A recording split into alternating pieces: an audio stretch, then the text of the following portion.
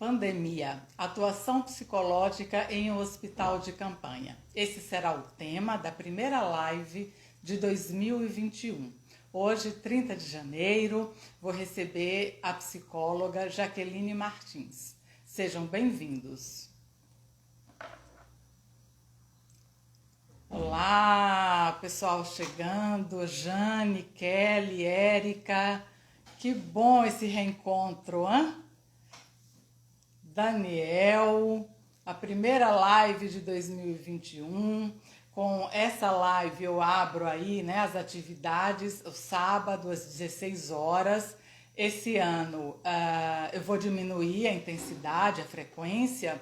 Até então eu estava fazendo todo sábado e agora eu preciso dedicar mais tempo ao meu doutorado, que eu concluo esse semestre. Então, em função disso, nesse primeiro semestre, eu devo fazer 1 ou 2 lives por mês. Vocês vão acompanhando aqui, eu vou divulgar com antecedência e assim a gente se encontra. Oi, Eduardo, bem-vindo. Loren, Ju, muito bem-vindos.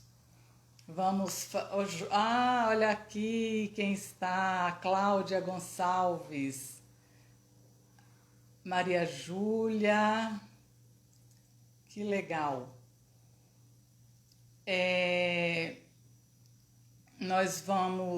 Vocês vão poder enviar perguntas, tem outras perguntas que eu já recebi, e aí a gente vai conversando. A ideia é conhecer o que passa, né, a pessoa que se interna em função da Covid. Geralmente são casos graves ou moderados. Então tem uma relação ali muito particular com a forma como esse quadro vai se desenvolver. Pode haver uma recuperação, né, que é o que todo mundo deseja, mas a gente está tendo um número muito alto de mortes, né? Então, uma pessoa que se interna se depara com esse temor. E a psicóloga que eu vou receber hoje vai nos contar sobre isso, o que é possível fazer em termos de psicologia, e ela tem a formação em psicanálise, mas eu acho que não é só para psicanalista, até porque creio que ela não tenha feito uma psicanálise estrito sensu, né? Falar um pouco da interação com a equipe de saúde, o quanto essa equipe se sente preparada ou não para lidar com as questões do humano dentro desse contexto e a família desses pacientes. Ana Carolina, bem-vinda. Micaele, Zana, todos vocês, nem sempre dá para ler todos os nomes. Marcelo, bem-vindo. Então vamos começar. Deixa eu ver que horas. Não, ainda faltam 2 minutinhos. A Jaqueline deve estar por aqui já já.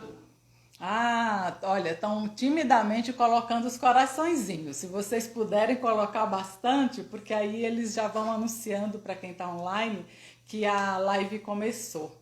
São os segredos dessa ferramenta que a gente vai descobrindo. Então, quem puder clicar no coraçãozinho aí para ajudar a avisar o início da live, eu agradeço. Josi, todos bem-vindos. Obrigada, pessoal. Vamos lá, eu acho que a Jaqueline já está aqui, já sim. Ela já vai entrar.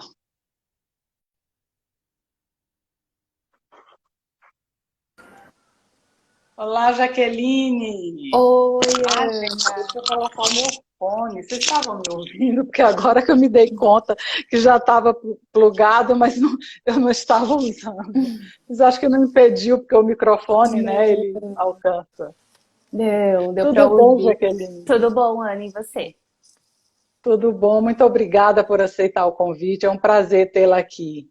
Eu que agradeço mais uma vez, né, por esse convite, por estar aqui, né? Para quem não sabe, a Ana foi minha professora na graduação, foi supervisora também, então estou super honrada de estar aqui com você hoje. Pois é, e você, desde do estágio, né, foi supervisora na clínica escola, acho que, não sei, mas ali, se não começou ali, acho que fortaleceu, né, o teu encontro com a psicanálise, já estava muito claro que era, aquilo, era essa a escola que você ia seguir. Então é um prazer muito grande, né, ver o quanto você já percorreu depois que saiu da faculdade, já fez bastante coisa. Eu vou começar aqui te apresentar para dar uma ideia da sua trajetória. Tá bom.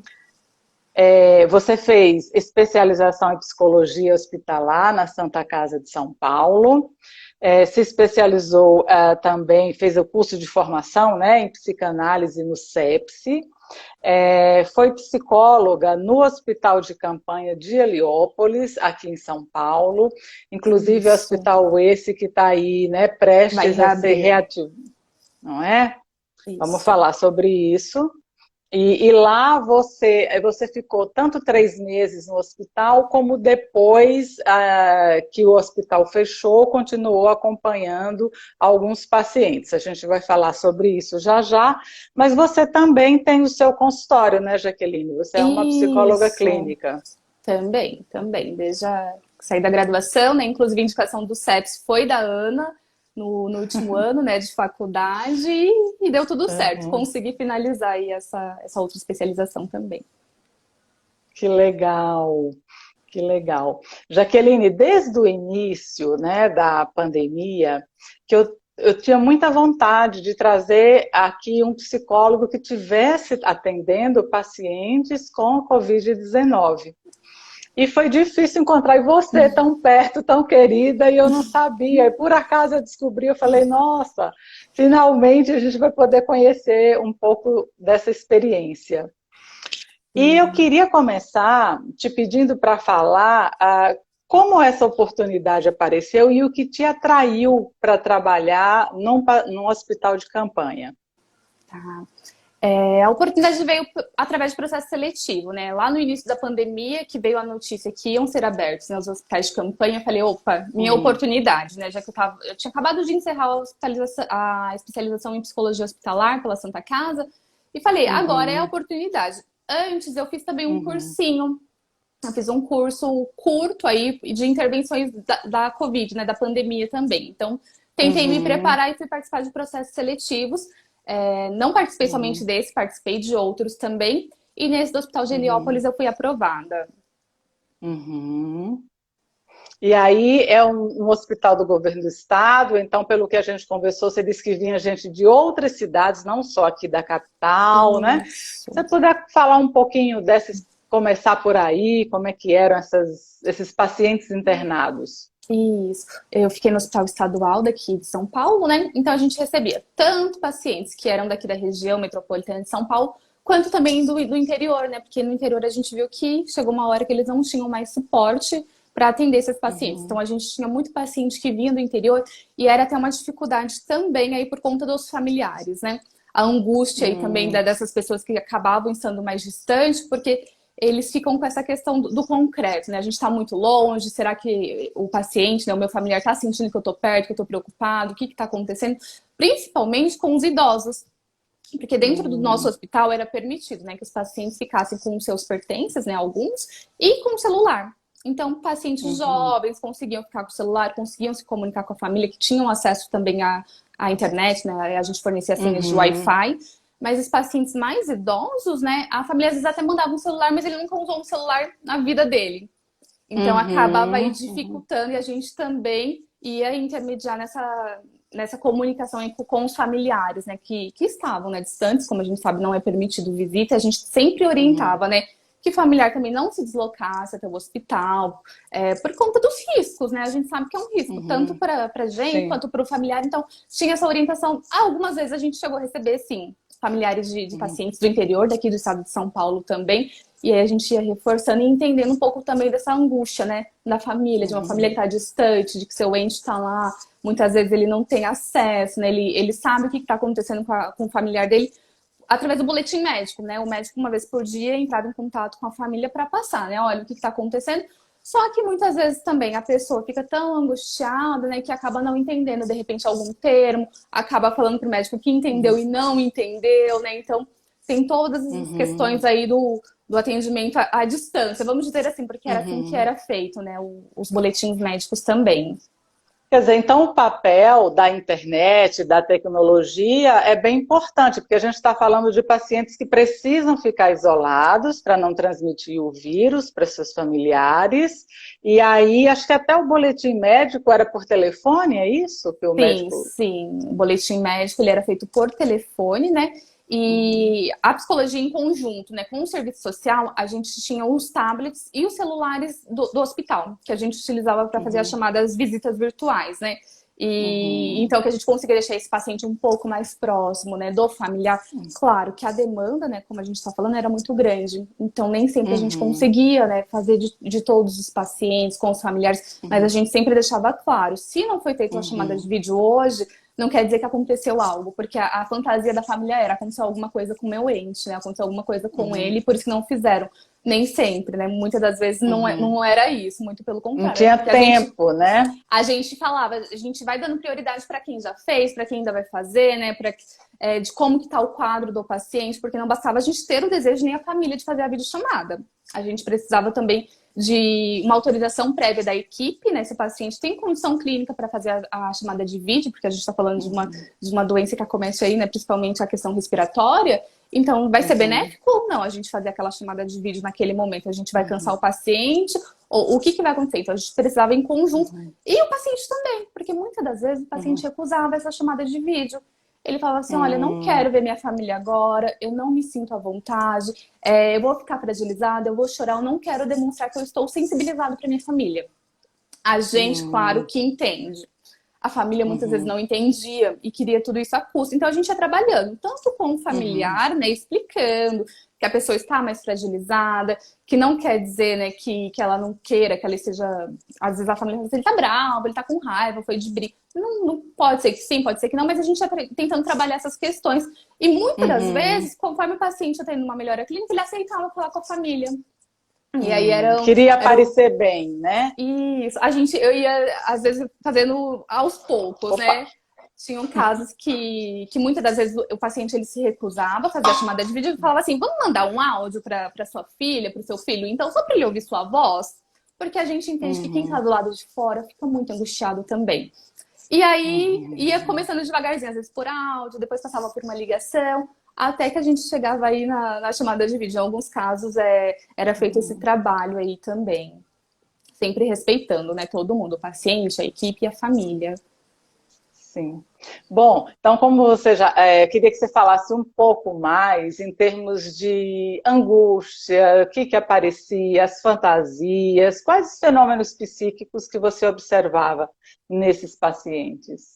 Sim, a gente falando propriamente, né, da questão da hospitalização de um adoecimento, a gente vê o quanto a pessoa já vai entrando em contato aí com as questões de finitude, né, com as questões dos processos de luto, não só pela morte, né, mas por todas as perdas que envolvem, né, a internação, né, o indivíduo ele é retirado lá do ambiente dele, né, do ambiente social, do ambiente familiar, é colocado num ambiente estranho, que ele vai tendo que se adaptar.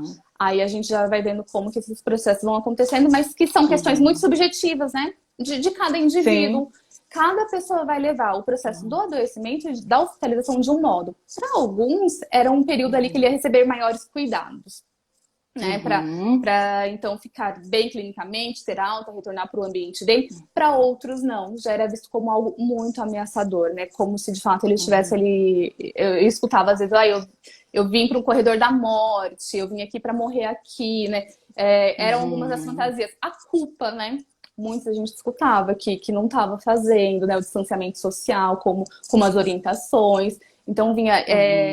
eu me sinto muito culpado, né? Alguns, assim, muitos, né? Eu não vou nem conseguir quantificar, mas muitos dos nossos pacientes tinham outros familiares hospitalizados. Na mesma instituição, a gente chegou a pegar, né, casos de pai, filho, mãe, internado com a gente, no mesmo período até, mas a gente tinha também os casos que tinham pessoas internadas com a gente, familiares internados em outros hospitais, então vinha muito essa questão da responsabilidade, né, de me sentir muito culpado por perdas, porque muitos deles, né, como a gente sabe, infelizmente acabaram perdendo aí parentes, amigos, né? A gente foi vendo aí, e isso também, né? Era uma questão muito delicada, principalmente para a psicologia. A psicologia geralmente era acionada nesses casos, né?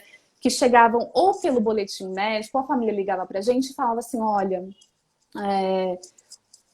pai e mãe, né? A gente tá aqui com o pai internado, mas minha mãe tá num outro hospital e ela tá muito mal e a gente não contou pro meu pai. A gente vai contar ou a gente não vai contar. E aí, muitas das vezes, vinha essa responsabilidade, né, pra psicóloga, e eu falava assim, gente, isso não é uma responsabilidade só minha, é algo que a gente vai discutir, né? E aí a gente pensava em equipe. Como que tá o quadro clínico desse paciente, né? A gente sabe que, se por um lado a gente tem que omitir alguma informação, mas pensando no quadro clínico dele, ok, se por um outro ele tem condição, né, até por quando ele for sair, enfim, a gente tentando atualizar esse paciente de como tá a realidade, mas tudo sempre muito discutido em equipe, né? Nunca nada sozinho. Aí a gente vai lembrar um pouquinho do consultório, né? Quando a gente está no consultório, a gente vai discutir casos com, de repente, um psiquiatra, né? Um neuropsicólogo, enfim, alguém ali da equipe. Mas lá, toda a ação, né, que eu fosse tomar, eu tinha que ter esse respeito com os meus colegas, assim como eles também, né? A gente tinha uma comunicação aí acerca do paciente e dos familiares. Era um trabalho, de fato, em equipe, né? Era um trabalho em equipe e ali seria impossível não ser, né? Não teria como. Eu não ia conseguir fazer o meu trabalho e eles também não iam conseguir, né? Quando precisavam, quando me solicitavam, né? A gente sempre ia discutir, ia ver a percepção. Alguns casos, né? Igual a gente falou, a gente pegava assim, muitos pacientes. Então vinha de tudo. Vinha paciente que já fazia algum acompanhamento psicológico, vinha paciente que já era institucionalizado, vinha paciente psiquiátrico grave. E não tinha assim, né? A espera era pacientes com Covid, mas pacientes com Covid são todos, né? Todo mundo que tá aí que pode pegar, que pode se contaminar. Então, às vezes eu entrava em contato com a família para conhecer um pouquinho, né? Porque o paciente estava alucinando, estava tendo algum delírio, então não tinha como se fazer uma avaliação com ele. Eu entrava em contato com o familiar ou com a instituição, né? Para falar com o psicólogo de instituição, para entender um pouquinho quem que é esse paciente que está aqui com a gente, né? Que aí sim a gente ia pensando num plano terapêutico para ele. Tá, e o trabalho, claro, é um contexto muito específico, né, com uma demanda bastante característica aí, né, da Covid. Mas, de qualquer modo, tem um sujeito ali, né, você ressaltou a subjetividade, e a minha pergunta o trabalho do psicólogo era muito centrado, o que era importante e talvez decisivo para esses pacientes, em estabelecer o contato deles com a família, o que não é pouca coisa, repito, é muito importante, ou existia a possibilidade de atendimento, de conversar, de ouvir esse paciente por algum período? Sim, isso era feito. Além, né, das chamadas de vídeo, o atendimento psicológico ele também era fornecido. Então, sim, eu ia atender com toda a minha escuta, né? E através do viés da psicanálise, né? Então a gente vai falar que muda-se o setting, né? A gente está num outro setting, mas a escuta ela permanece, a associação livre ela permanece, né? A interpretação ela permanece e ela vai além, porque daí a gente vai falar da interpretação institucional, né? A gente vai falar de como que é a relação desse paciente com os outros profissionais, né, com os nossos colegas. Então, tudo isso se manteve. Isso se dava, sim. Claro que a história de vida dessa pessoa, ela me importava e muito. Mas eu não ia aprofundar nas questões, né, da história de vida dele. O meu trabalho estava ali no aqui e agora, né? Então, o foco era a gente restabelecer, né, esse paciente que, de repente, estava ali apresentando algum sofrimento emocional, algum sofrimento psíquico, né? Para que ele possa, então, lidar. Retomar a autonomia, né? Porque muitos deles a gente ia vendo a regressão, né?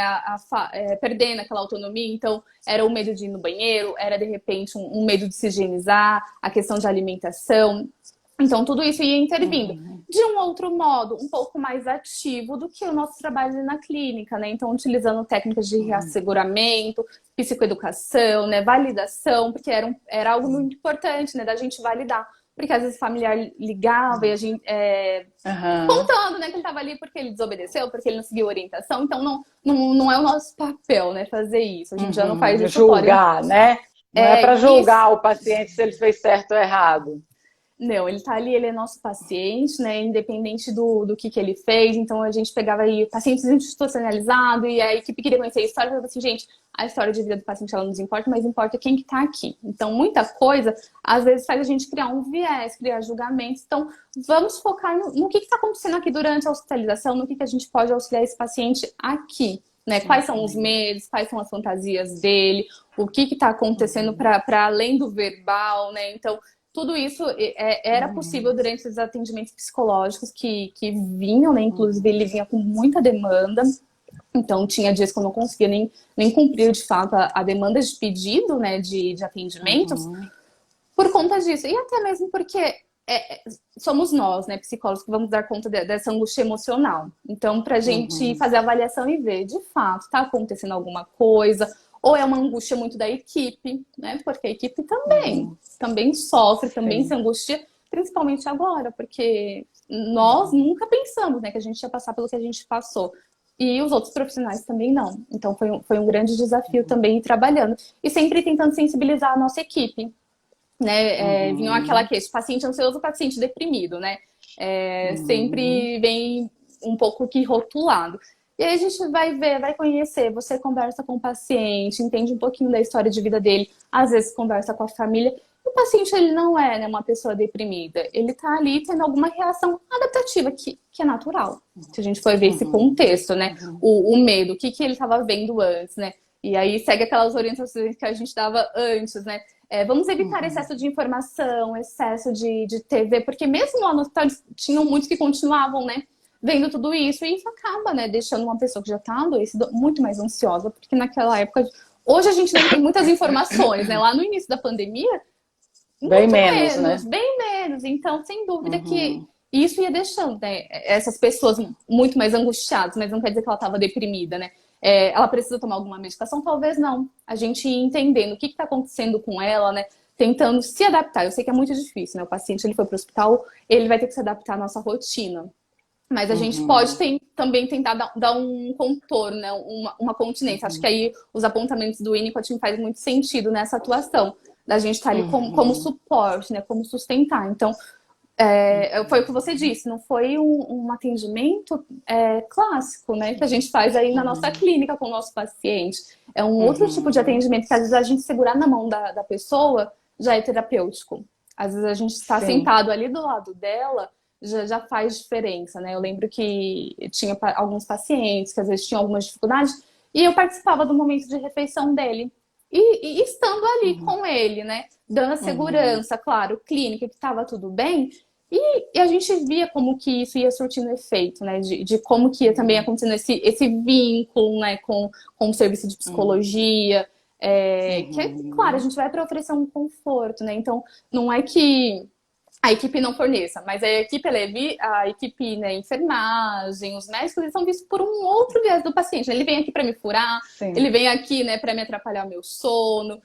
Porque isso acontece, né, o paciente, e isso também é algo que acontece durante o nosso atendimento. Então, quando a gente vai falar do setting, né, faz sentido a gente lembrar que a gente vai sofrer interrupções da equipe. Claro que assim, a equipe, ela sabe da importância do nosso atendimento, então geralmente eles tentam sim respeitar, né, quando a gente está realizando algum atendimento, mas nem sempre é possível. A gente também tem uma rotina a seguir. Então a gente vai sofrendo algumas interrupções do vizinho, né? Do paciente vizinho.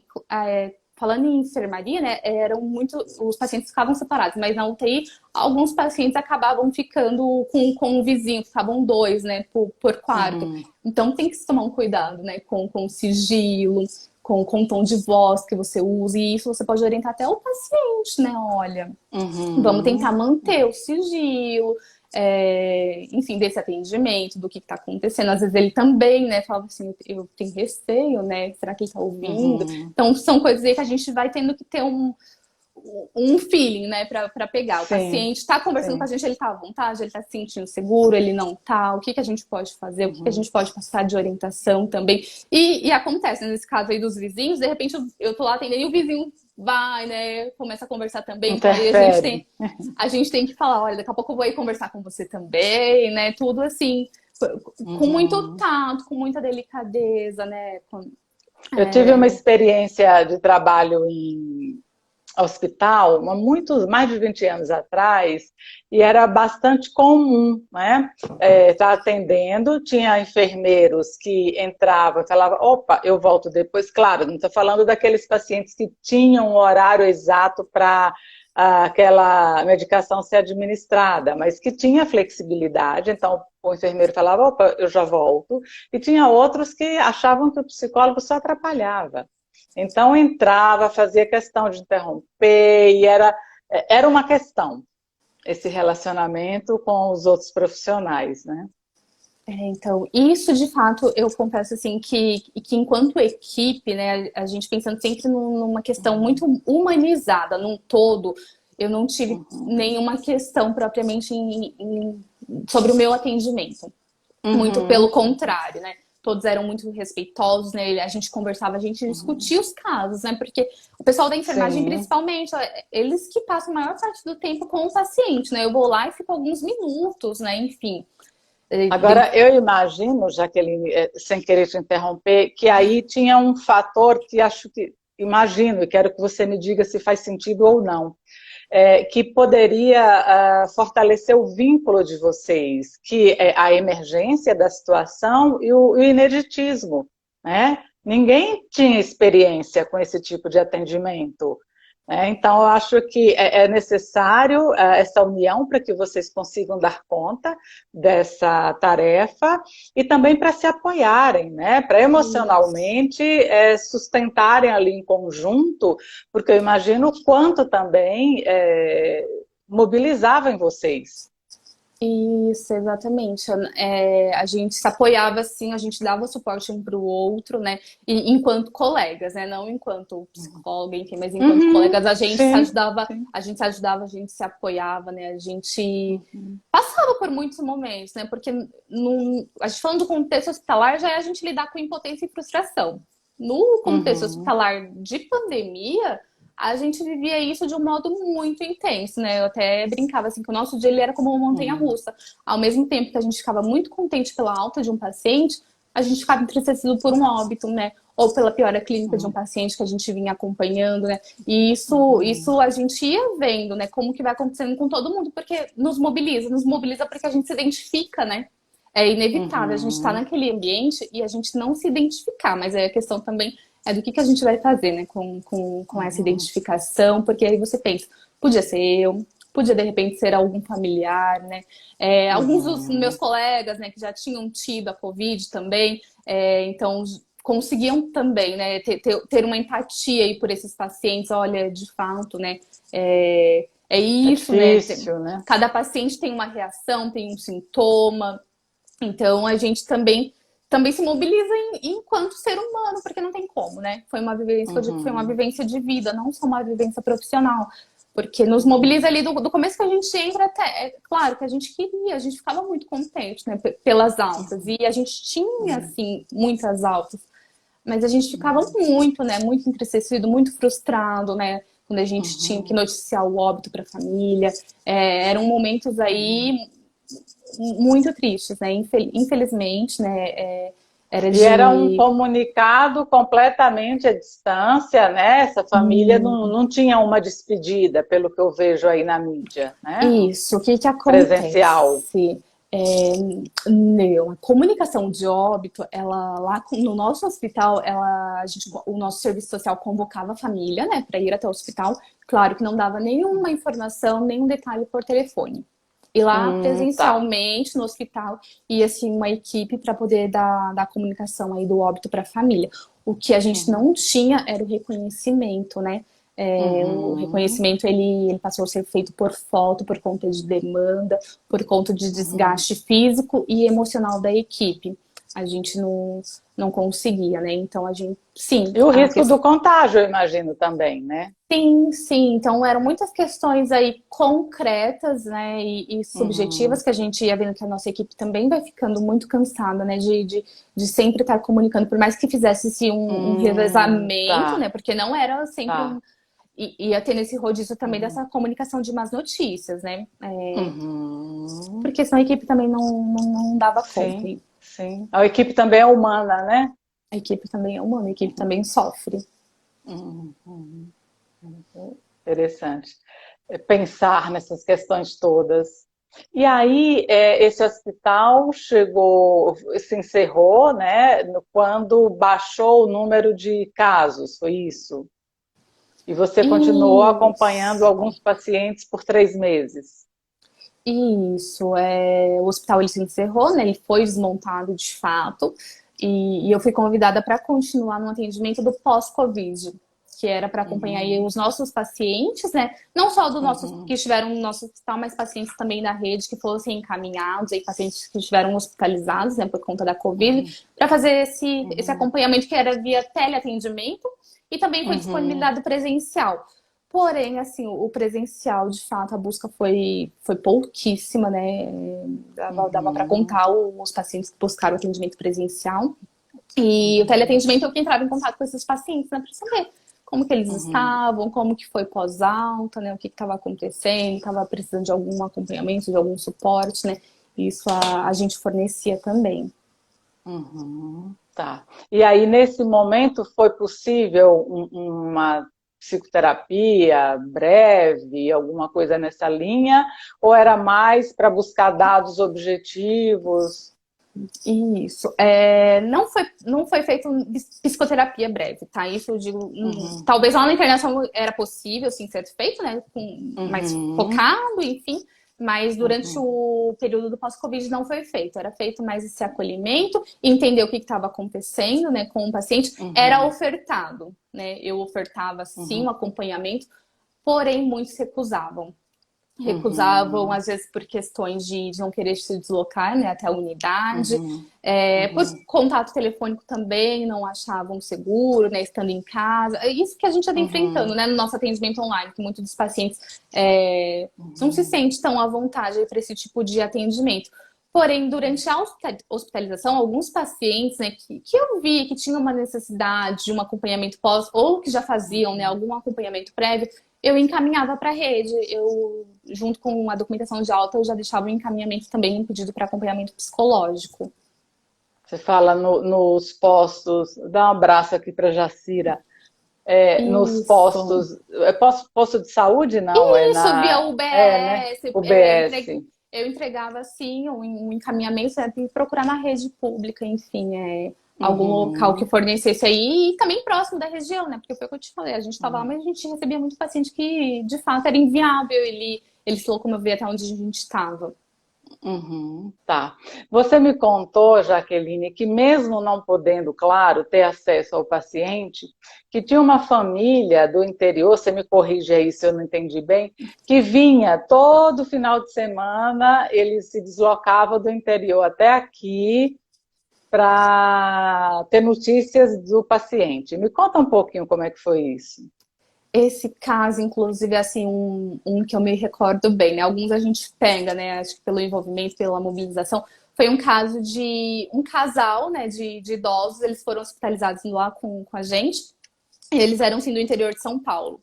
E tinha uma família que parecia, né, ser muito unida, que dava um suporte, eles tinham uma rede de apoio muito boa. E eles iam, né, durante o final de semana lá para o hospital de campanha. E em 2 das vezes que eles foram, me chamaram para conversar um pouco com eles, né? Inclusive, como era um casal, né? O pai foi evoluindo muito bem clinicamente, continuou em enfermaria, e a mãe, ela foi tendo uma piora clínica significativa, foi transferida para UTI, né? Ficou entubada também por um período. No final das contas, os 2 foram embora, né? Para nossa alegria, para a alegria dessa família também. Mas durante esse período que essa família ia, quando eles me chamam, eles já iam, só que nunca tinham me chamado. E um dia uma das colegas falou assim: eu vou chamar a Jaque para ver, né? Se ela conversa com eles e entende um pouco melhor, né? Porque a gente já orienta para que eles não venham. E aí, uma conversa com eles, perguntando, né, o que estava acontecendo, por que eles não iam, porque o pai estava na enfermaria, o pai conseguia se comunicar por celular, enfim, ele não tinha nenhum problema com isso. E aí eles contavam que eles queriam demonstrar para a mãe, principalmente, que eles estavam próximos, que eles estavam, né, se preocupando com ela. Eles queriam mostrar de algum modo. E foi aí que eu mais sugeri concreto, né? Isso, que eu tô vindo aqui, né, para que ela não sinta, por mais que eles soubessem, né, da condição clínica dela, de que ela estava sedada, né, eles tinham noção disso. E naquele momento eu sugeri para eles, falei assim, vamos fazer assim, me mandem áudios de vocês, né, da família, que eu levo. que eu levo para ela ouvir. Então, eu passei a fazer isso, né? Eu levava áudios que eles enviavam, né, via nos nossos aparelhos e colocava para essa paciente ouvir, né? Era uma paciente que, sim, estava sedada, estava entubada, mas a gente fazia esse trabalho, a gente tinha sempre pensando, né? Então, muitos dos nossos pacientes que não estavam conscientes, a gente tentava levar os áudios da família também e colocávamos para esses pacientes ouvirem. Interessante, né? E aí tem toda uma mediação aí, né? Entre o concreto e O o subjetivo. subjetivo, né? Quer dizer, eles precisavam se deslocar fisicamente para eles, acho que, sentirem, eles Isso, mesmos, né? Não a mãe, isso. mas sentirem Exatamente. que estavam ali interessados, que não abandonaram a mãe, né? Isso.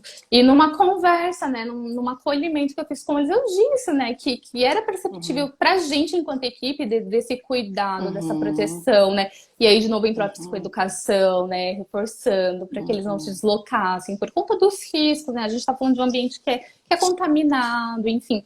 E aí propus isso e foi o que deu certo, né? Então eu sempre me comunicava com eles, né, via chamadas, né? Eles me ligavam, a gente ia tentando, sempre que possível, né? E dando algum parecer, o boletim médico também ele era repassado certinho. Então era um modo da gente tentar tranquilizar, né? Quem está distante, que fica muito angustiado de não saber, de não poder ver, né? De desconfiar, né? Será que o médico está me falando é verdade? Isso era algumas das fantasias, né, que a gente escutava aí dos familiares, né? E aí muitos me questionavam assim, Jaqueline, fala pra mim, né, o que o médico está me falando não é verdade?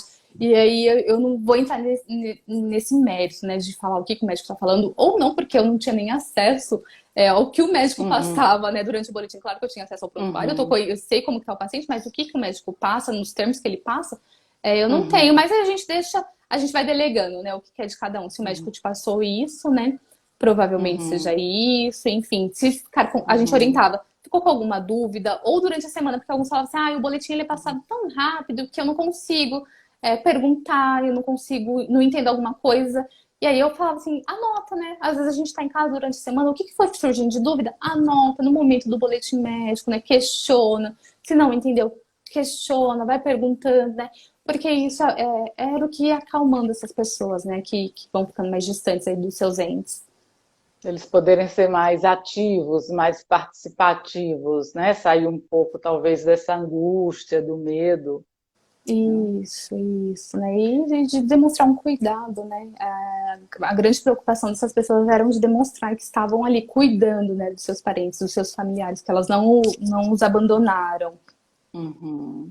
Olha, eu vou pedir para quem tiver pergunta, tem um balãozinho com uma interrogação, vocês podem fazer, eu tirei os comentários para ficar mais fácil ver aqui o rosto da Jaqueline, e vocês podem fazer as perguntas aí. Eu recebi algumas perguntas, Jaqueline, de ontem para hoje, e eu gostaria de colocar aqui para a gente conversar sobre, enquanto o pessoal aí, vamos ver se eles têm alguma pergunta também. Mas se você quiser já acrescentar algo que de repente te ocorreu, fique à vontade. O que eu acho muito importante, né, que foi algo que eu tomei conta aí desse período, do como que a gente tem que se reinventar enquanto profissional, né? A gente está falando de um local que a gente não tem tudo que a gente gostaria à nossa disposição, né, em questão de material, em questão de setting, né? Então, de que muitas vezes a gente tem que sair fora da caixinha. E foi isso que eu fui vivendo, né? Eu fui aprendendo, fui me reinventando, né? Fui buscando novas possibilidades através da tecnologia, né? Eu até comentei com você, né? Com alguns pacientes eu utilizei de algumas coisas um pouco mais lúdicas, né? Eu utilizei de música. A gente vai vendo o que vai para cada paciente, né? Sempre aí individualizando, né? Um atendimento que é feito com um, de repente com o outro vai ser diferenciado. Então, isso sim, de filmar. Eu lembro que teve uma paciente também que me tocou muito. Era uma paciente que ela ficava extremamente angustiada. Ela estava internada na enfermaria. E a enfermaria era o que a gente vê nas TVs. São aquelas tendas brancas. E por dentro, de fato, é tudo branco. E ela já tinha um histórico prévio, já realizava um acompanhamento psicológico. Então ela entrava um pouco em pânico de não saber o que estava acontecendo. Ela falava assim pra mim, eu acho que o mundo acabou, que não existe mais mundo, que não tem lá fora, porque não tem janela, não tem nada lá dentro. Então, eu falei pra ela assim, tá bom, eu vou tentar ver o que eu posso fazer pra te ajudar. Levar ela pra fora não era uma das nossas opções naquele momento, naquele cenário. A gente não tinha como. E aí eu lembro que um dia eu cheguei no hospital e eu peguei o meu celular e fui filmando. Filmei o local que a gente estava, filmei o tempo, né? Tava um dia bem bonito. E fui levando isso pra ela ir vendo ela, nossa, como que é aqui fora, né? Imaginando que era de um... Então a gente vai vendo que são coisas que, de repente, pra mim era algo assim muito simples, mas que eu apostei e que foi algo confortante para a paciente, né? Teve um outro paciente também que já num outro momento, né? Um paciente de UTI que ficou com a gente um pouco mais de um mês. Um paciente que foi evoluindo para um quadro grave, mas ele era uma pessoa jovem também. E depois que ele saiu, né, que ele foi voltando, né, os médicos foram tirando, né, a sedação, ele foi voltando à consciência, ele ainda apresentava, né, uma certa confusão, que é normal, né, pelo período que ele ficou hospitalizado, pelo período de medicação que ele tomou. Porém, ele se queixava muito, né, ele ficava muito angustiado, ele estava em UTI, UTI também não tem, né, lá o espaço que a gente tinha não tinha janela, então não tinha muito como ele ter a percepção. E um dia, numa reunião de equipe, a gente conseguiu chegar no consenso de levar esse paciente para tomar sol, né, aí acho que vem um pouco da questão da humanização também que a gente tem que olhar, né, principalmente nesse contexto. E a gente levou esse paciente para tomar sol. E foi um momento lindo, foi um momento muito emocionante, né? Eu lembro que eu olhava para o rosto dos meus colegas, né, que acompanharam, né? E os nossos olhos, né, estavam cheios de lágrimas, porque era um momento, assim, de profunda emoção, da gente olhar para aquele paciente e de olhar o rosto dele, né? De ver o mundo, de ver que ele estava vivo, né? De que ele conseguiu vencer, que era o que a gente queria para todos, né? E a gente fala um pouco da nossa impotência, né? Da nossa frustração também enquanto profissional da saúde, enquanto psicólogo, porque em muitos momentos é assim que a gente sai, né? Eu lembro que em muitos momentos eu saía e falava assim, poxa, mas não consegui, né? Eu não consegui intervir do jeito que eu queria, eu não consegui fazer tal coisa, ou eu podia ter feito de um outro jeito, né? E aí a gente faz o que é possível. A gente tem o nosso ideal, mas a nossa realidade é outra, né? Então a gente vai entrando muito em contato com as nossas questões, né, de impotência, de que nós não somos também, né? A gente não consegue salvar todo mundo, é o nosso desejo, mas isso não existe, né? Nós não estamos ali para isso. A gente está ali para, de fato, minimizar, né, o sofrimento psíquico daquele paciente adoecido. E me chama a atenção, né, como essa questão do mundo interno versus o mundo externo, objetivo, está ali no palco o tempo todo, e que às vezes uma ação concreta, né, de ir lá mostrar, conta muito, muito, muito, até porque você não está num setting clássico e nem tem tempo, né, que se tem normalmente num consultório para tratar tudo isso. Então, como essas ações objetivas podem, né, ser terapêuticas e trazer um resultado mais imediato dentro da urgência que essas situações limites colocam, né? Sim, sim, utilizar, né, das técnicas aí que os nossos colegas da comportamental, né, utilizam, né, as técnicas de relaxamento, técnicas de respiração, né, que a gente pode... É muito difícil a gente utilizar, né, de repente no nosso consultório, mas eu fiquei pensando, foi um pouco de desconstrução também, né, acho que tem muita coisa que a gente pode levar também, que eu pude pegar dessa vivência, que eu posso trazer para minha vida, que eu posso trazer para o consultório, né, então alguns pacientes que estavam extremamente, né, angustiados, ou um pouco mais ansioso, né, a gente vamos fazer uma respiração, né, vamos tentar concentrar, e de mostrar, de estar junto, né. E eu sempre falei que eu estava junto, mas eu realmente não foi algo forçado, porque aí eu acho que tudo isso fica nítido, né, numa relação de paciente e psicoterapeuta, de quando a gente faz algo que não é por intuição, né, de que a gente tenta fazer algo aí, de repente, que a gente quer sim, né, oferecer o melhor, mas de um modo que acaba não sendo natural. Então eu fui achando um jeito de me comunicar com essas pessoas, né, porque vocês estão me vendo assim, mas não era assim que os pacientes me viam, né.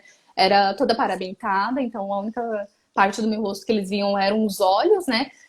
Logo em seguida a gente já teve também o nosso crachá humanizado, então a gente tinha uma foto nossa também, né? Para que essa pessoa conhecesse um pouquinho, né? Quem que é essa pessoa? E eu lembro que eu achei um método de falar com esses pacientes, né? Principalmente os da enfermaria, que eles ficavam deitados em camas que são mais baixinhas. eu me ajoelhava, porque para mim não fazia Uhum. sentido, né? Eu estar ali olhando para aquele paciente e não tá olhando nos olhos dele. Então, foi um jeito Uhum. que eu achei Uhum. de manter o contato com esse paciente, de ficar bem pertinho dele, assim, e muitos falavam assim, você não tem medo, né? Você tá aqui, você tá se arriscando. Mas eu tava paramentada, eu tava com luva, eu seguia Uhum. todas as orientações, né?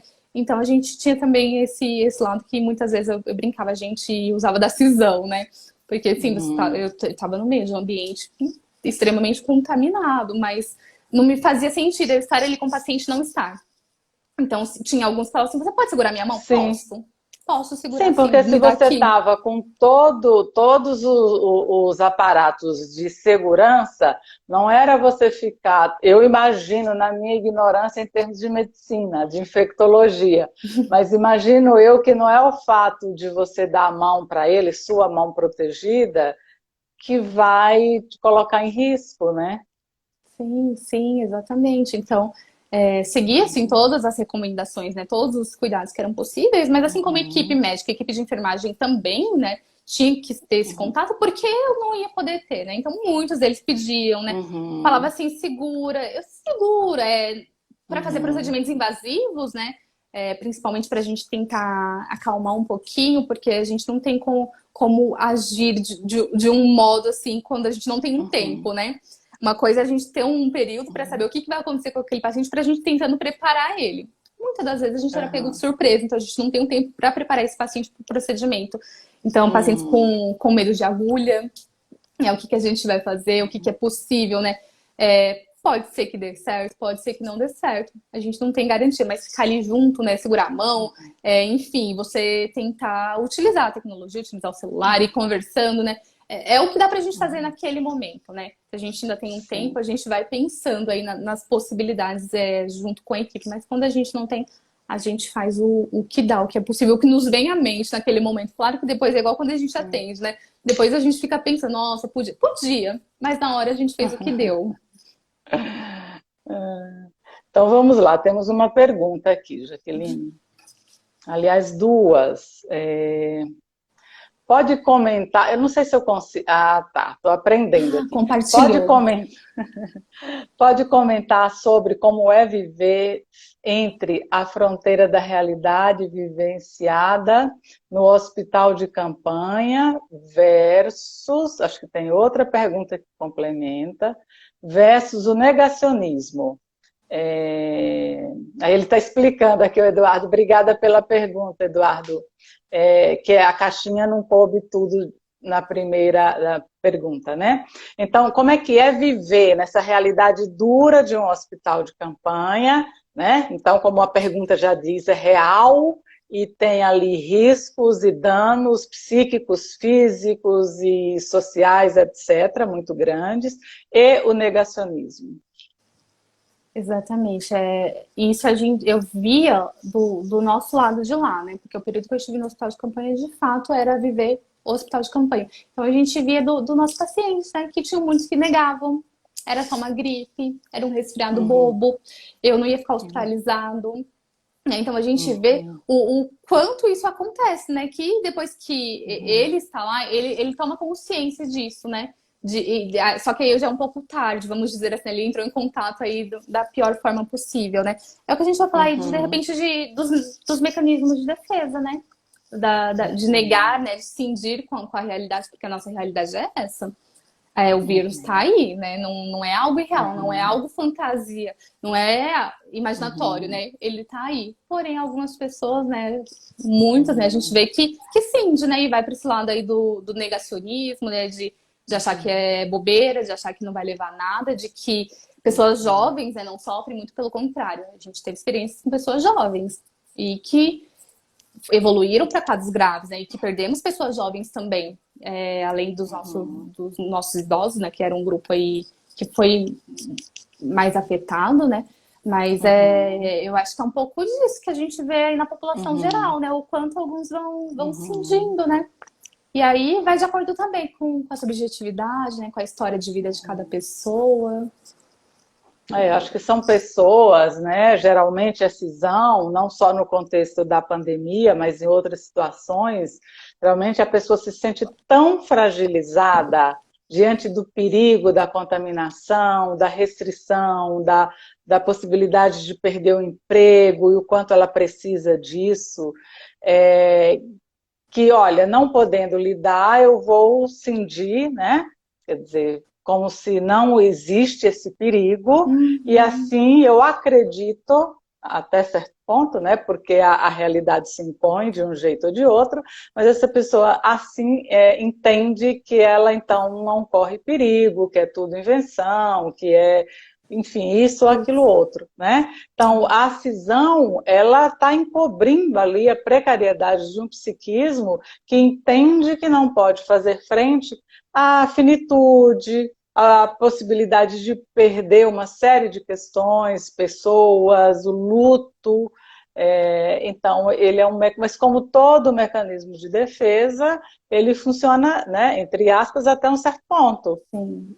Porque a realidade vai se impor, né? Em algum momento vai falhar. E aí foi o que eu vi, né? Ele falha de um jeito aí muito intenso. Do pior jeito possível, né? Entrando em contato direto. Uhum. Eduardo mostra mais uma reparação maníaca do que autêntica. Obrigada pela resposta, né? A coisa maníaca do tipo de ir, por exemplo, para a rua com máscara, né? Olha, como de fato não existe, eu me exponho e não sou contaminado. É isso. Bom, vamos ver aqui as outras perguntas. Deixa eu ver. Opa, o pior é que eu não estou tendo acesso, porque eu fui abrir no computador, mas aparece a live e não os posts. Mas acho que eu lembro de algumas, eram 3 perguntas, eu vou tentar lembrar.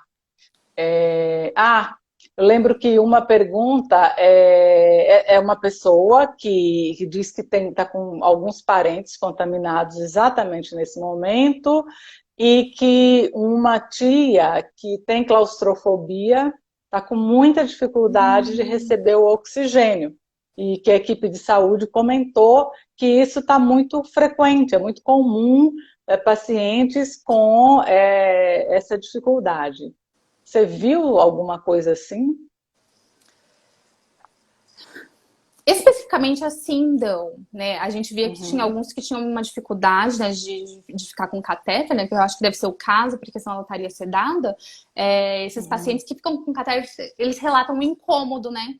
Um ressecamento, enfim, às vezes para dormir não é tão confortável, ou até mesmo a máscara, porque tem alguns que ficam com, dependendo da quantidade de oxigênio, ficou com a máscara, então gera, assim, né, um incômodo muito grande. Então, sem dúvida, para quem sofre já, né, de alguma questão de uma claustrofobia, é muito angustiante. Então, acho que aí é uma questão que pode-se, sim, né, acionar um serviço de psicologia junto com a equipe no geral, para ver o que é possível, né, para a gente tentar fazer uma psicoeducação, ver o que está acontecendo com a paciente, qual que é o medo, qual que é a fantasia, né, o que tá por trás.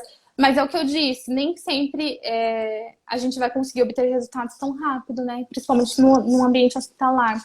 Muitas das vezes a gente tenta, né? Eu tive, assim, alguns pacientes com questões de procedimentos, de agulha, e que era inevitável, que a gente não tinha muito o que fazer. Tomografia, né? Que é um exame que é feito aí na maioria dos pacientes, né? Com suspeita com Covid. Então, a gente tenta, sim, junto com a equipe, né? A equipe sensibilizar esse paciente, tentar explicar, né, o procedimento, a importância, né, daquele procedimento, mas a gente sabe que nem sempre a gente vai conseguir, né? Às vezes o paciente ele vai continuar assim, com alguma questão. Eu lembro que a gente teve um paciente da UTI que ele tinha muita dificuldade em fazer o tratamento, né, com a máscara, né, que é o não invasivo. E aí ele queria ficar retirando toda hora, então a gente teve que, de fato, explicar para ele, né?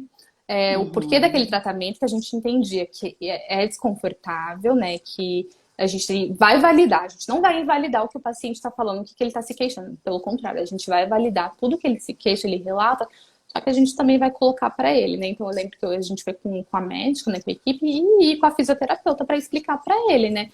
o do porquê que aquele tratamento, porque a gente está tentando evitar que de repente ele tenha, né, que ser entubado, de que aí tem que acontecer outros procedimentos mais invasivos com ele, né, que infelizmente às vezes não, a gente vai colocar para esse paciente, a gente vai explicar toda a situação e às vezes funciona, às vezes não funciona. E aí é o que eu falei, a gente lidar, né, com a sensação de impotência, com a frustração, né, da gente não conseguir, porque a gente quer que o paciente, né, faça o tratamento adequadamente. Mas a gente tem que ver todo o contexto, tem que ver, né, como que esse paciente, como que já era. A família pode nos ajudar também, né? De repente, quando ele está em algum momento, o que que acalma esse paciente, o que que ele faz, o que que ele usa de estratégia, né? Pra gente ir tentando, mas são as nossas tentativas, né? Que a gente vai pensando, a gente vai tentando. Em conjunto com a família. Aí a família, a gente entra naquela tríade, né? De família, paciente e equipe. Um trabalho de todo mundo ali pelo bem-estar desse paciente. E pensando aqui um pouco, né, no Freud mesmo, a fobia é quando o paciente localiza a angústia num objeto específico, né, em um ambiente fechado, na máscara, na agulha. Mas a fobia nunca é no objeto no qual ele projetou essa angústia. Ela é um objeto, vamos dizer, encobridor. Isso. Né? E que ali a gente não vai ter tempo, né, para trabalhar tudo isso. Então a gente tenta. Sim. Agora, eu lembro que a outra pergunta, não sei se eu vou lembrar as três, mas pelo menos duas eu lembro. A outra pergunta era se você sente que o curso de psicologia te preparou para uma experiência desta.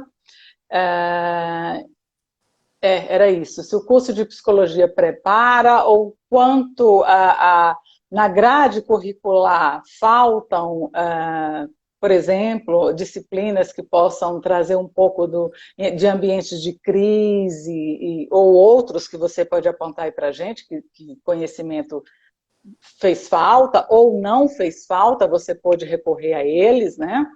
E o quanto hoje, antes da pandemia, a gente não está falando do ensino online nesse momento, mas antes da pandemia, um percentual da grade de psicologia já é à distância. Não sei se você pegou algumas disciplinas já são online, né?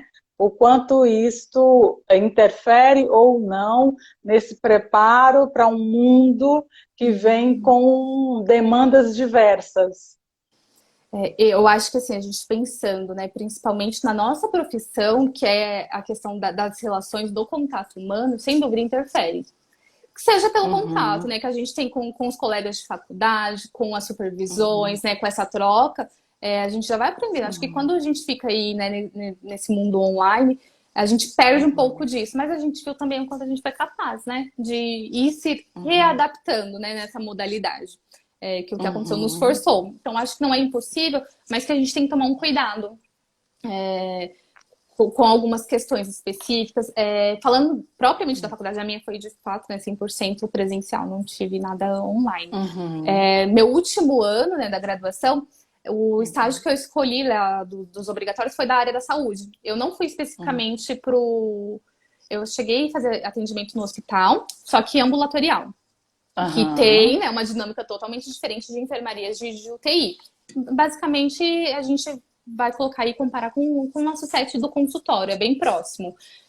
Porém, né, eu tive, sim, muita coisa, muito aprendizado, muita vivência teórica também, discussões em supervisões. Né? Eu lembro que o que eu trago da graduação é sempre enxergar, né, esse indivíduo numa integralidade, né, que ele é um ser humano, né, e a gente vai olhar ele nas esferas biopsicossocial e espiritual, né? Então a gente não vai desconsiderar nenhuma dessas esferas. E isso eu lembro que, assim, é algo que me marcou muito dos estágios de supervisão da área da saúde específica. Não foi um estágio em hospitalar, porque não tinha isso na grade, era da área da saúde. Sim.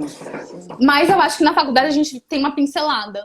Pra gente atuar, né, no contexto hospitalar, né, no contexto de crise, precisa de mais prática. A gente precisa recorrer aí, de repente, uma especialização, um aprimoramento, uma residência, mas que a gente tenha muito contato prático. Porque quando a gente entra no hospital, é um outro ambiente, e a gente também tem que ter certa familiaridade com aquele ambiente, com alguns termos, né? Claro que nem tudo eu sei, nem tudo a gente sabe, a gente recorre aí à internet, né? Mas que a gente saiba, pelo menos, como que é aquele ambiente, o equipamentos, né? A questão do paciente. Então, a gente tem que ter esse conhecimento e a gente não consegue ser tudo isso na graduação, né? Porque a gente vai recorrer a uma especialização. A própria dinâmica, né, Jaqueline? Que a gente falou aqui das pessoas que entram no quarto, que não entra. Isso no hospital padrão já é diferente. E a gente precisa conhecer, até para entender a relação com os outros profissionais da equipe, o quanto se faz necessário que ele até interrompa o nosso atendimento, ou o quanto é uma questão ali particular, né, na postura dessa pessoa. Isso. E você marcou uma coisa muito interessante. Uma coisa é esse atendimento do paciente que entrou lá para fazer uma cirurgia, para fazer um tratamento, e outra coisa é um hospital de campanha, né? Alguém que está internado por uma doença que pode ser grave, pode, com muita frequência, leva a óbito, e que era quase que completamente desconhecida no momento do hospital de campanha, né? Inclusive para os profissionais de saúde. Sim.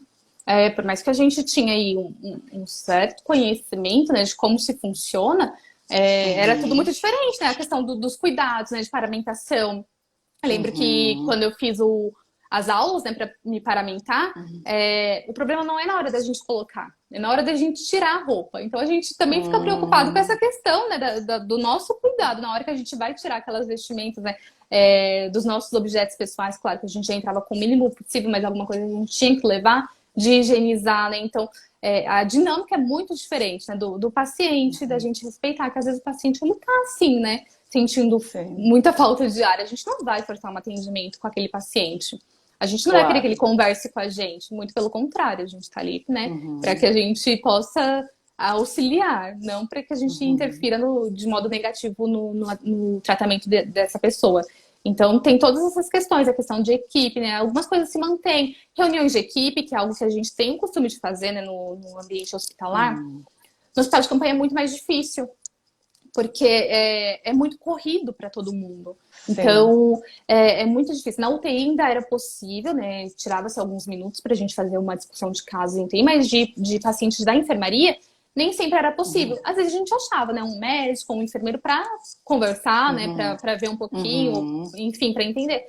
Mas não é possível como de repente é feito. E isso a gente vê, que já vem um pouquinho também, né? Nem sempre a gente consegue, estando no hospital, conversar sobre o paciente, sobre o caso, né, sobre entender. Às vezes a gente vai fuçar em prontuário para ver o que está acontecendo com ele.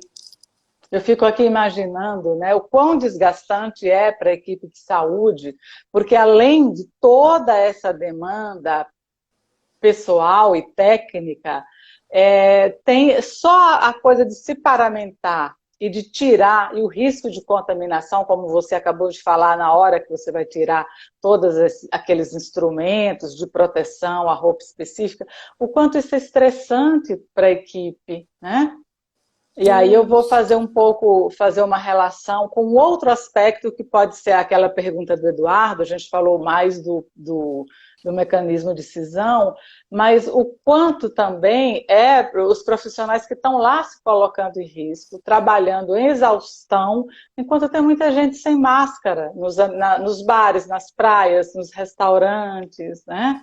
É humano e um desrespeito muito grande do outro lado. Sim, sim. E algumas vezes a gente escutava, né, comentários, né, de outros profissionais, né, algumas piadas, não do hospital, né? Eu lembro que teve um episódio em específico que um profissional de determinada área, que não era não era ninguém da nossa equipe, não era do nosso trabalho, né? Mas que passou e falou assim, nossa, isso aí é tudo brincadeira, né? Ali dentro não tem nada, é só teatro, né? Então você fica muito revoltado, porque você que tá ali dentro, você vê que o que está acontecendo. As pessoas morrendo, né? Sofrendo. Eu brincava que era uma realidade paralela, porque o momento que você entra naquilo é um outro mundo, é um outro universo, né? Você se priva das suas questões, né? Você esquece por um momento para se dedicar para quem está ali, né? Não, e é muito forte esse depoimento que você trouxe dos pacientes que não conseguem entender, até pelo todo o ambiente, do hospital, né, sem janela e tudo, como a mudança rápida entre sair do seu cotidiano e de fato ter sido acometido pela doença que leva tudo, o quanto eles não entendem o que é real ou o que é de repente uma alucinação que eles estão vivendo. Sim, sim, você tocou num ponto muito importante. Muitos dos pacientes assim que eu atendia, eles se questionavam se eles estavam alucinando. Alguns falavam assim, eu tô ficando louco? O que está acontecendo? Porque dentro desse espaço de enfermaria era a tenda. Essa tenda ela era muito iluminada. E ela ficava iluminada dia e noite. Então a gente já vê o quanto é difícil para o paciente descansar, para ele dormir, porque é como se ele tivesse, né, um sol na cabeça dele dia e noite.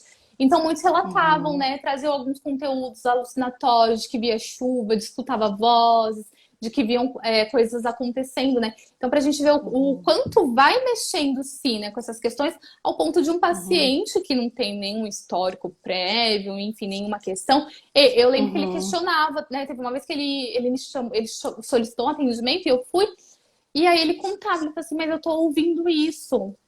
Você tá ouvindo? E eu não estava ouvindo, né?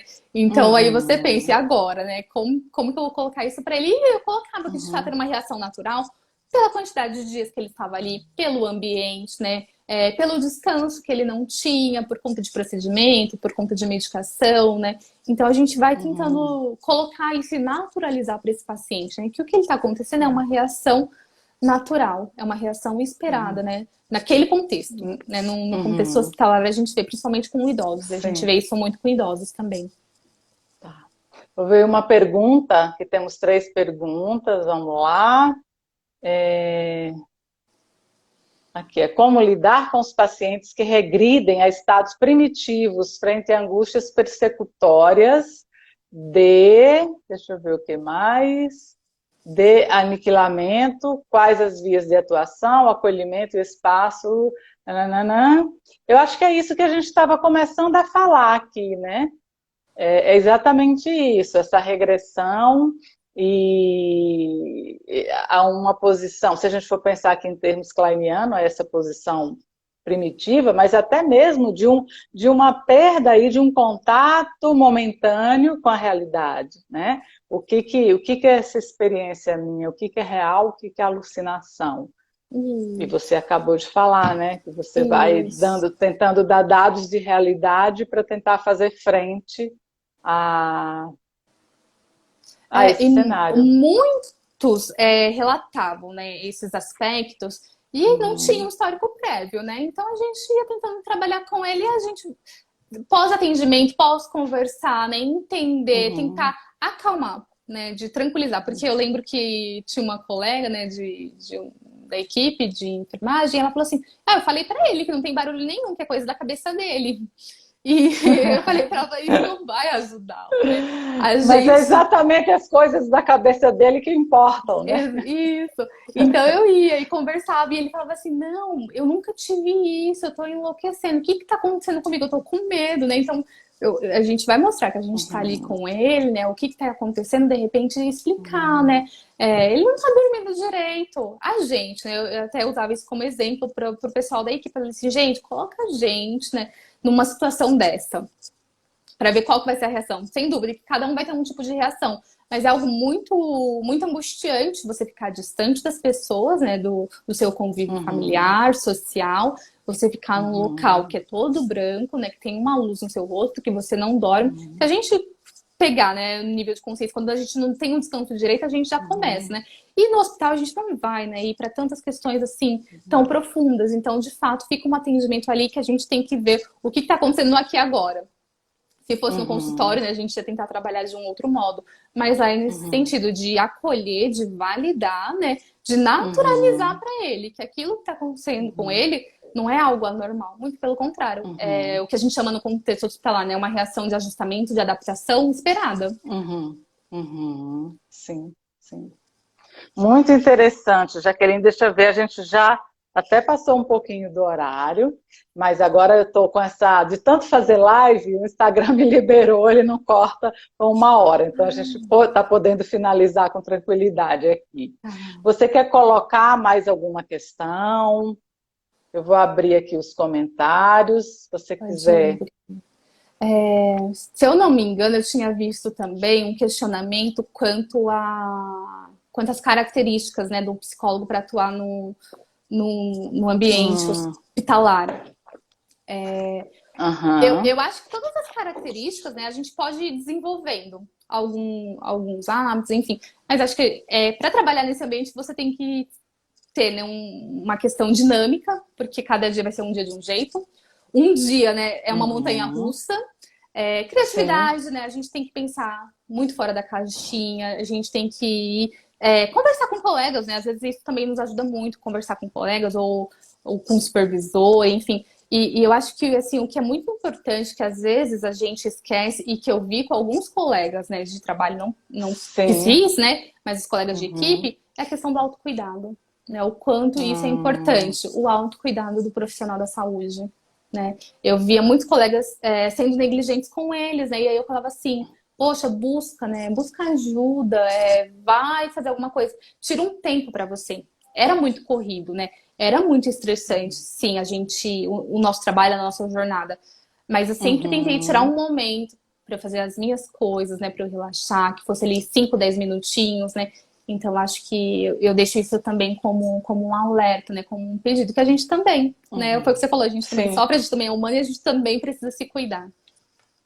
Então, você está falando, né, de não ter uma rigidez, né? Tem que estar aberto para o que vai aparecer ali, se eu entendi bem. Eu estou procurando aqui ver se eu acho a outra pergunta. E o cuidar de si. Eu entendo, deixa eu só ver aqui. Não vou achar agora. Bom, eu entendo, Jaqueline, que é claro, foi tudo muito rápido, né? Foram 3 meses de hospital de campanha, graças a Deus, né? Os números caíram e foi desnecessário, e infelizmente agora o hospital será reaberto. Sim. Mas pensar um pouco também, eu acho que inclusive da terapia, da análise desse profissional de saúde para dar conta disso.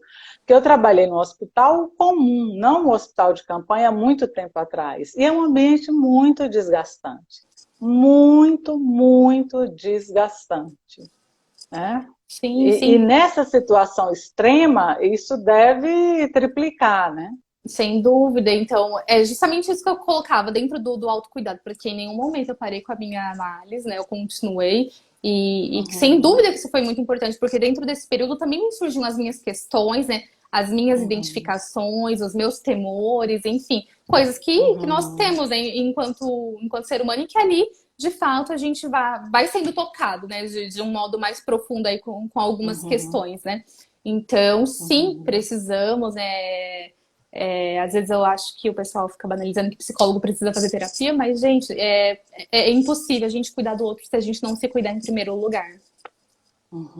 Sim, sim. É isso. Mais alguma questão? Mais alguém tem uma pergunta antes da gente encerrar? Tem uma pergunta. Opa, não é isso. Outra. Jaqueline, eu quero te agradecer imensamente pela sua disponibilidade de vir aqui, dividir conosco essa experiência tão nova, né? Que temos tanto a aprender, a pensar, a refletir aqui a partir do que você colocou. E é um orgulho para mim, né? Minha ex-aluna aqui, já com 1000 questões, agora eu não sei se pode falar, né? Mas você vai também começar um trabalho muito particular, assim, então bem diferente, não sei se dá para falar aqui ou não, mas veja como a psicologia vai abrindo campos cada vez mais inéditos. Sim, sim. Eu não vou citar, né, em relação a esse trabalho, por conta de, enfim, de questões contratuais, né, sigilosas, mas sim, vai ser um novo desafio, né, e eu acho que isso é o bonito da nossa profissão. Principalmente nesse período, eu vi o quanto a psicologia foi valorizada, né? Pelos outros profissionais de saúde, igual eu disse, lá no hospital de campanha, né? Eu sempre fui muito respeitada pelos meus colegas, assim como eu também respeitava. Então, acho que isso também a gente tem que ter. De que muitas vezes eu tenho o que eu quero, o que eu acredito como ideal, mas a gente tem que pensar em equipe, né? Então, Sim. sem dúvida, são muitos desafios, né? E eu fico muito contente também por estar vivendo isso, porque são aprendizados que a gente leva para a vida, que a gente leva, né, para atendimentos. Então, vira e mexe, a gente tem um insight, né, de alguma vivência em estágio, alguma recordação aí de supervisão, né? Eu que te agradeço pelo convite, eu fiquei muito feliz quando você me chamou, porque eu gosto muito de contar essa experiência, essa vivência, porque ela foi muito peculiar. Ela Sim. veio aí, eu até falei assim, eu nunca imaginei atuar no meio de uma pandemia, né? De como foi. E eu vi o quanto eu aprendi, o quanto eu pude ir crescer, né? Crescer enquanto pessoa, né? Acho que o ganho profissional, ele vem sim, mas enquanto pessoa, né? Enquanto a gente entender aí das nossas questões de ser, né? De ser humano. Porque a psicanálise é isso. Eu lembro que eu até comentei com você, né? Que o pessoal falou assim, qual que é a sua abordagem? Eu falava psicanálise. Nossa, mentira. Porque eu acho que psicanálise é um negócio tão rígido, né? Não é aquela questão da coisa do papel sulfite. E para mim, não. Para mim, psicanálise é humano, né? É a gente abraçar o outro, é a gente cuidar do outro. Não aquele distanciamento. Claro que aí cada um também, né, segue de um modo, né? Mas eu acho que é isso, Ana. E eu tô muito feliz pelo convite, né? Por ter contado um pouquinho. Porque eu acho que cada vez que alguém me convida para falar disso, eu falo um pouquinho, né, de algumas questões. Então, até peço desculpas se de repente não falei algo, mas enfim. Imagina, foi maravilhoso. Só você colocar, né, à disposição de todos nós para pensarmos essa situação a partir da sua experiência, isso é muito nobre, né? Então eu quero agradecer a você por isso. Vou aproveitar para mandar um abraço para a Raquel e para a Zana, que estão aqui, a Érica, a Isadora, uma ex-aluna também, Fernando, tem bastante gente. E tem mais uma pergunta. Pode. É o Eduardo. Muito obrigado por trazer a experiência, o aqui e agora. Abraços. Um abraço, Eduardo. Obrigada pela presença, a todos que estão aqui. A live vai ficar salva agora já no IGTV e a partir da próxima semana no YouTube, porque tem pessoas que preferem jogar na televisão e aí a tela maior, tudo isso. No próximo sábado, eu vou fazer, não é bem uma live, é uma palestra, só que não é no Instagram, mas pelo Instagram vocês fazem a inscrição, é um evento gratuito e vai ser numa plataforma tipo Zoom, acho que é o Teams. Depois vocês vão ver aqui, eu vou postar ao longo da semana, eu vou falar sobre o que é a psicanálise, né? A conversa vai ser a partir disso, é a página PsiqueLab, que é um grupo de estudantes de psicologia que fazem uma série de discussões, trazem pessoas lá das diferentes abordagens da psicologia e a psicanálise, né, para ajudar os alunos a entenderem melhor o raio de atuação do psicólogo e as possibilidades. Então vai ser 11 horas da manhã no próximo sábado. E a próxima live eu aviso depois, mas já estou aí com algumas confirmações, temas bem interessantes. Obrigada, Jaqueline, obrigada a cada um de vocês. Obrigada a você, obrigada a todo mundo também que teve aí esse tempinho com a gente.